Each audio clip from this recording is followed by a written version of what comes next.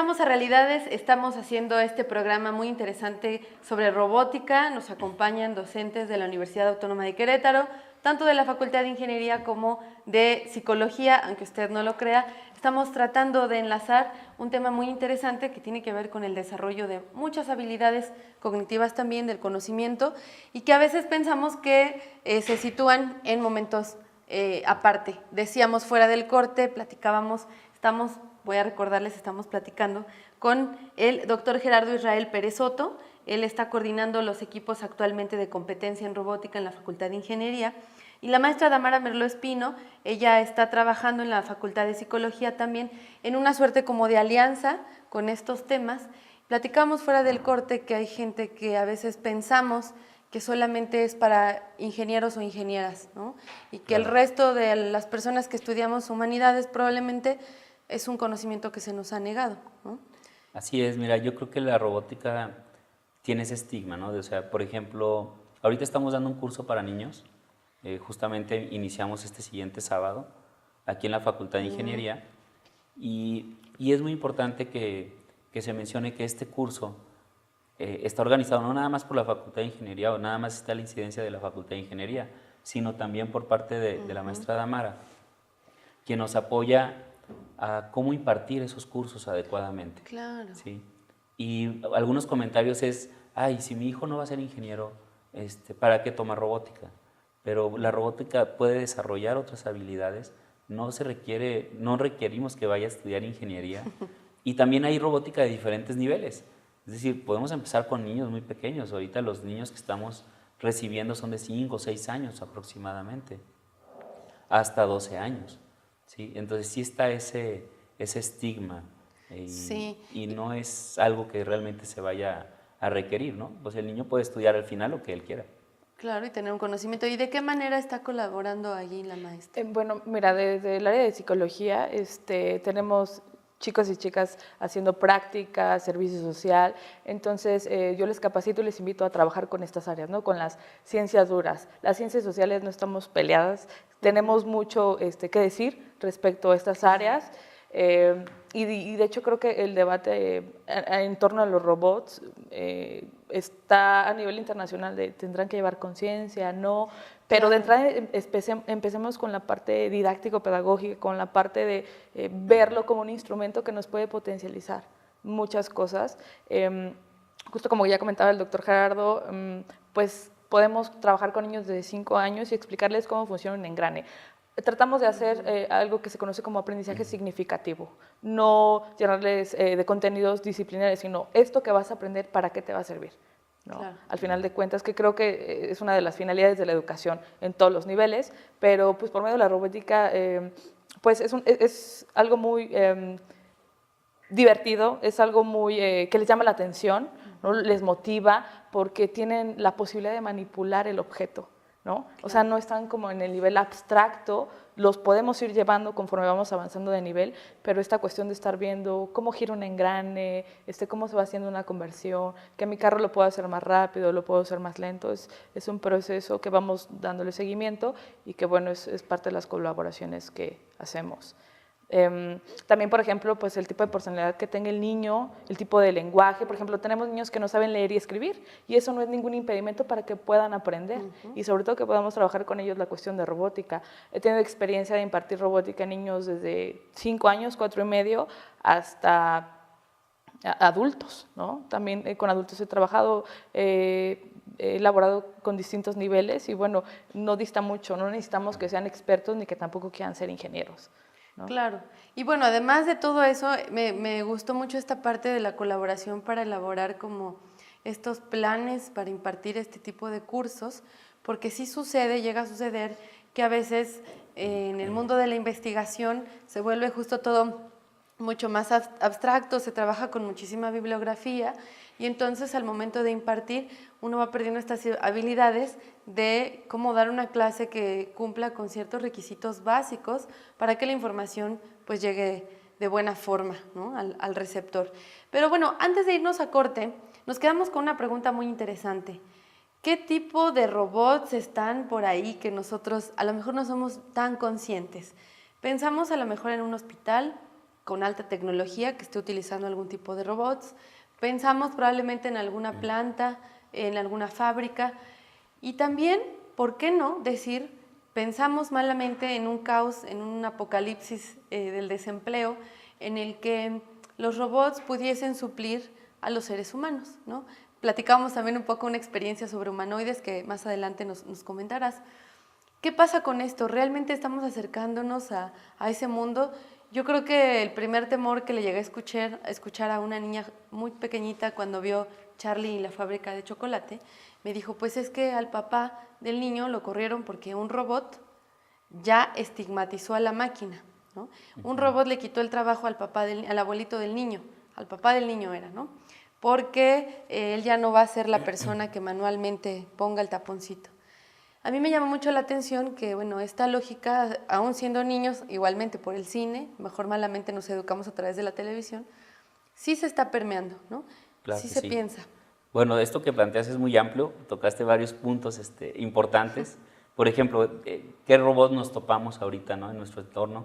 Como lo decíamos al inicio, en casa hay gente que ya tiene robots que le ayudan para el aseo. Sí hay robots en hospitales. De los más conocidos es un robot que le acuñaron el nombre de Da Vinci. Y más que dejar sin trabajo, por ejemplo, a un médico, más bien el médico puede atender vía teleoperación a un paciente que esté grave. ¿Qué pasa si el médico no está en la ciudad? Pero si está el robot, lo puede teleoperar y así operar de manera de urgencia, ¿sí? Entonces sí hay ese tipo de robots en la industria, hay muchísimos robots en la industria. Actualmente vienen una nueva generación de robots que se llaman robots colaborativos, como su nombre lo dice, son colaborativos. La idea es que puedan estar interactuando entre las personas. Anteriormente se tenían los robots realizando alguna tarea y el robot seguía la tarea independientemente si se atravesaba, por ejemplo, una persona. Es decir, había accidentes, Claro. en lo que se sensibilizaba a la gente a no pasar por ahí. Inclusive se utilizan muchísimas sistemas de seguridad en esos robots que son los que mayormente se siguen empleando. Con esta nueva gama de robots colaborativos, los robots tienen sensores que al sentir un pequeño contacto, el robot para, ¿sí? Una vez que se aleja la persona, por ejemplo, el robot continúa con la producción. Es un ¿sí? sensor, no es que nos esté mirando. No es que los esté mirando, está lleno de sensores. Claro. Pero cada vez pues, la tecnología ha ido creciendo, la electrónica ha ido avanzando muchísimo. Entonces cada vez hay dispositivos electrónicos más pequeños que permite que esté dentro de todo el sistema. Por ejemplo, una prótesis podría considerarse robot. Ya vemos que estas manos que hacen así. Está dentro de la robótica, está dentro de los estudios. Mucha gente que trabaja en robótica ha iniciado esos estudios en prótesis. Y sí, de hecho, sí tiene mucho que ver porque pues están los movimientos de un cuerpo que los vamos a pasar, los movimientos del cuerpo humano, a una máquina. ¿sí? Y por definición pues es reprogramable, ¿no? Entonces lo podemos reprogramar para que funcione de la manera que nosotros queramos, porque hacemos muchos trabajos, por ejemplo, con nuestras manos y no siempre son los mismos.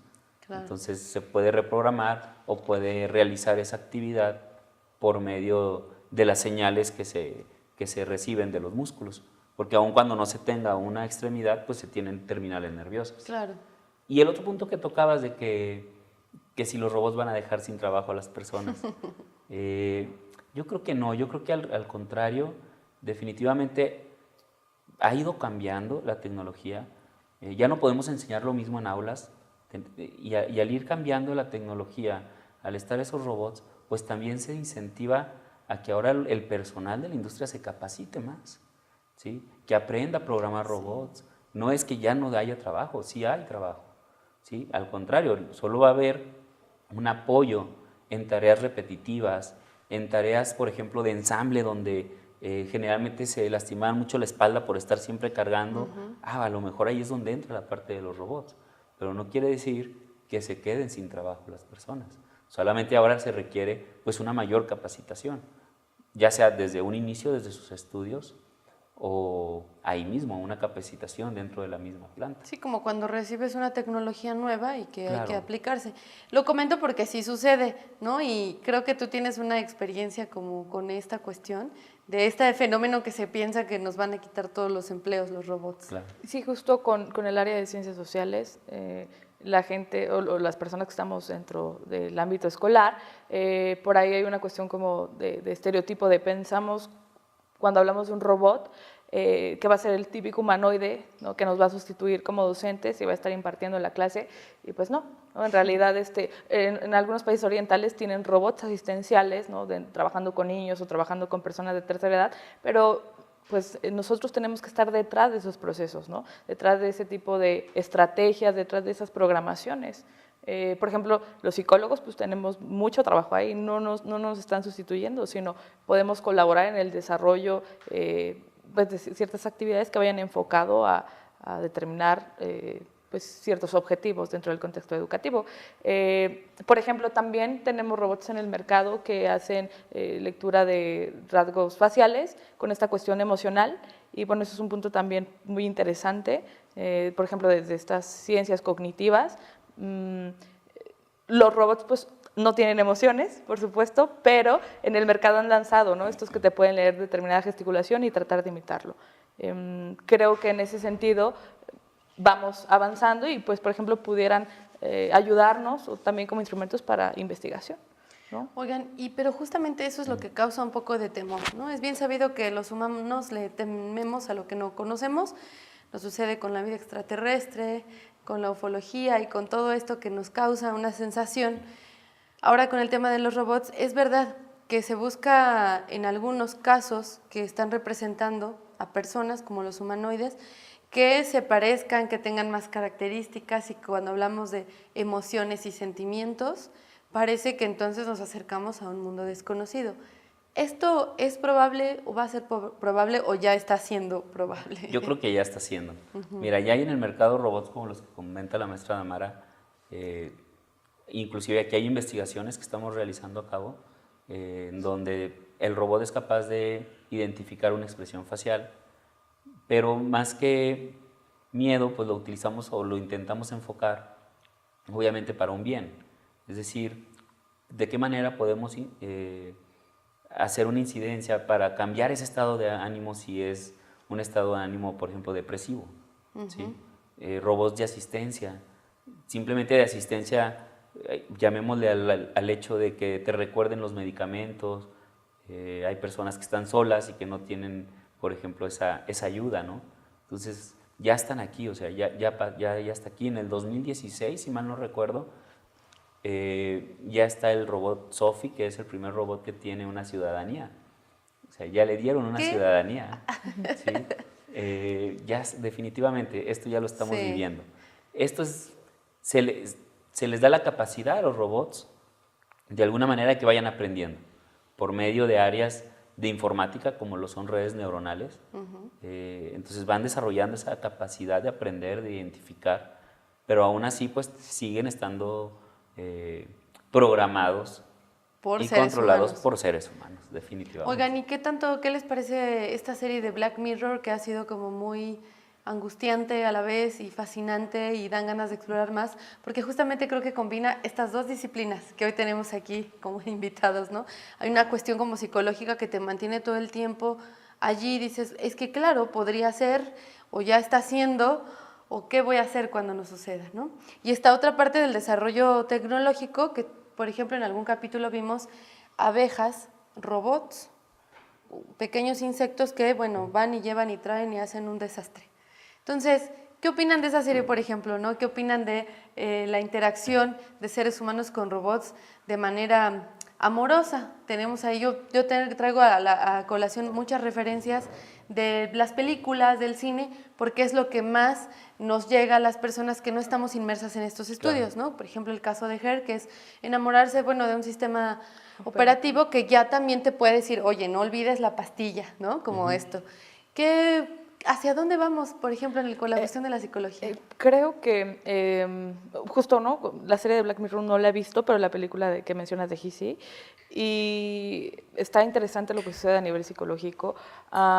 ciertamente hay procesos de apego, pero creo que tenemos que estarnos adaptando. No he conocido un caso cercano que me diga me he enamorado de mi sistema operativo, ¿no? O del artefacto con el que estoy trabajando, pero las sociedades tenemos que estar adaptándonos a estos nuevos objetos. No tener miedo, sino más bien buscar nuevas formas para estar interactuando y bueno, pues justo ahí los psicólogos están haciendo un acompañamiento, no solo en la parte didáctico-pedagógica, sino también en esta cuestión de procesos que se van generando, ¿no? De repente, hasta con los mismos dispositivos, con el celular, ¿no? Que no sé si les ha pasado que sienten que suene o que vibre y no está pasando, ¿no? ¿Qué tipo de, a lo mejor, problemas o trastornos también se pueden estar generando? Las áreas de la ciencia y de la salud tendrán que hacer investigación y tendremos que estar por ahí viendo cómo intervenimos y cómo acompañamos y orientamos en estos procesos de adaptación. Claro. Bueno, maestra, algo más que quisiera agregar para cerrar este bloque, porque vamos a ir a una pausa de identificación y vamos a recibir a una alumna también que ha estado en las competencias de robótica. Entonces, algo para cerrar esta parte. Pues invitar a las ciencias sociales, ¿no? Sí. A las ciencias humanas, ¿no? Que se acerquen a esta cuestión con las ciencias duras, porque hay mucho trabajo. Ahora los perfiles tienen que ser multi y transdisciplinario. No nos podemos quedar apartados de la tecnología y creo que todos desde nuestra trinchera podemos aportar para pues, el progreso social, ¿no? Entonces, pues nada más eso, invitarles a que investiguen y que los que quieran interesarse, pues estamos a sus órdenes. Estamos poniendo las formas de contacto para acercarse al departamento si hay alguien interesado o interesada, y es así como vamos a cerrar nuestro segundo bloque de este programa, Realidades. Vamos a una pausa y regresamos.